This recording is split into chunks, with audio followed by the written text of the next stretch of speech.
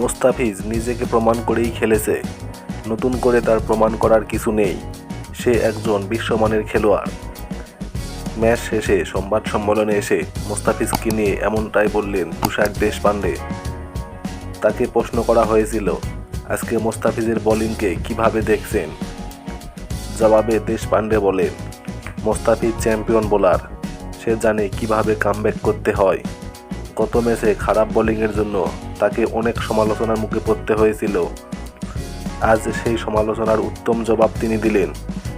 আইপিএলের এবারের আসরে তিনি প্রথম ম্যাচেই 4 উইকেট নিয়ে সবাইকে তাক করে দিয়েছিলেন, হয়েছিলেন ম্যাচের সেরা খেলোয়াড়ও।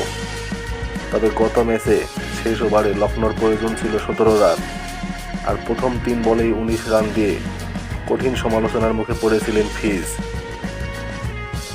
আর তাই তো ভারতীয় অনেক সমর্থকদের সমালোচনার মুখে পড়তে হয়েছিল ফিজকে, আর আজকে সেই সমালোচনার উত্তম জবাবই তিনি দিয়ে দিলেন।